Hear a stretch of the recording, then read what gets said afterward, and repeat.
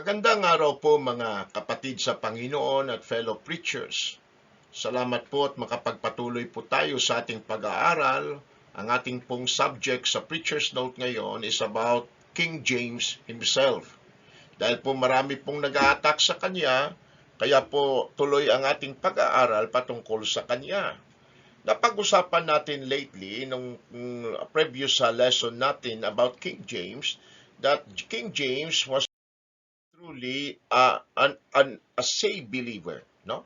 Nabasa natin 'yan at sana po'y balikan niyo na lang po mga kaibigan. Now, King James was an evangelical Christian. Ibig sabihin totoong Christian po siya. Mayroon pong story about sa isang distant cousin niya na na kung saan si King James po kahit na nasa murang edad pa ay nag-witness sa kaniyang cousin, no? Ginamit ni King James ang kaniyang persuasive arguments at para maging convert niya yung cousin niya, no? Para sa Panginoong Diyos, no? Now, ang sulat po sa document ng kaniyang cousin ay ganito: which condemneth in detail many aspects of Catholic belief and practices. Notice that. Kinikwento niya sa kaniyang sulat kung saan itong cousin na ito na nag-witness po si King James, ang sabi niya, si King James now which condemneth in detail. Talagang tinuro ni King James sa kanya yung maraming aspeto ng Catholic belief and practice. So talagang hindi po befriend si King James sa pagan Catholicism. Winarningan niya si Esme, yung kanyang cousin na ito, no, patungkol sa false doctrine ng Catholicism, no? Ang sabi pa nga nung March 1604, habang si King James ay nag-urge sa mga Protestant clergy to be more, sabi niya, sa mga pastor, no?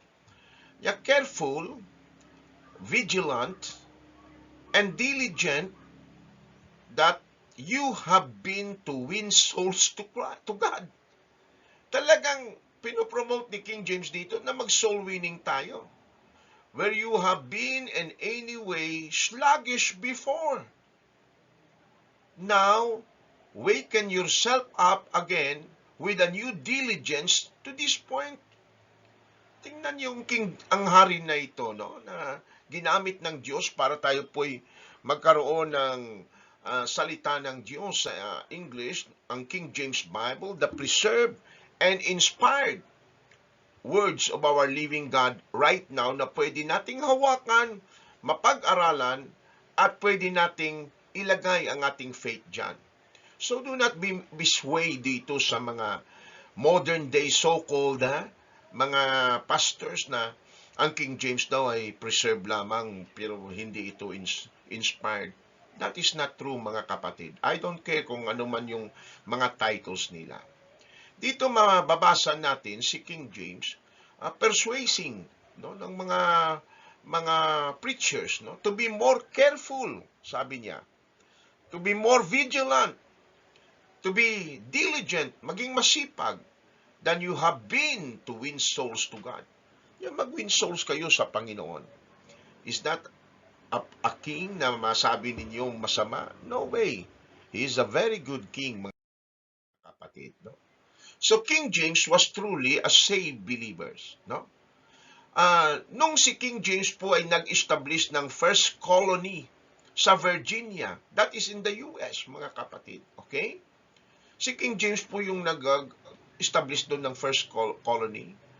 Ang mission po ni King James is this: propagating of Christian religion to such people as yet live in darkness and miserable ignorance of the true knowledge and worship of God, and may in time bring the infidels and savages living in these parts of human civility and bring the true word and service of God and Christian faith to be preached, planted, and used.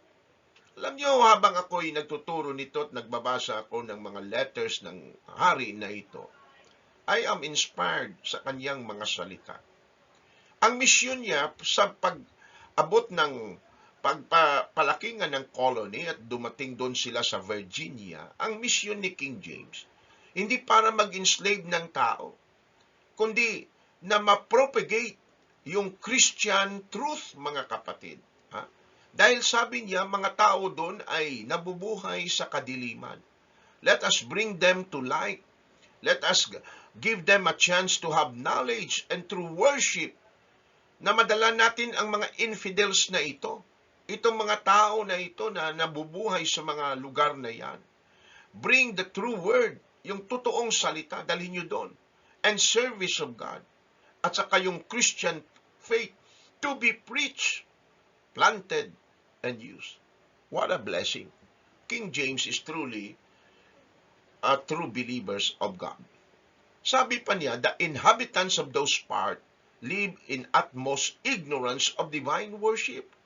And are completely deprived of the knowledge and solace of the Word of God, and probably will remain and end their days in such ignorance unless such a great evil is cared for as soon as possible.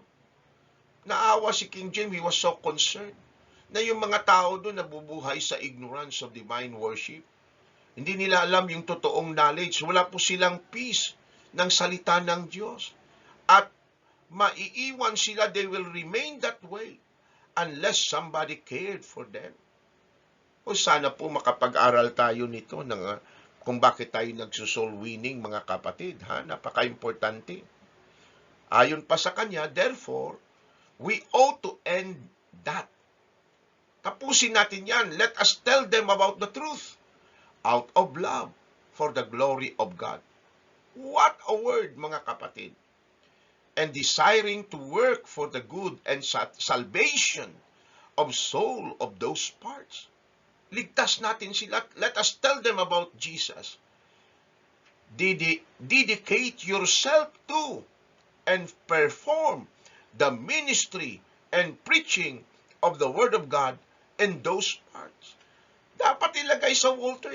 Sabi ni King James, dedicate yourselves to perform the ministry and preaching of the Word of God in those parts.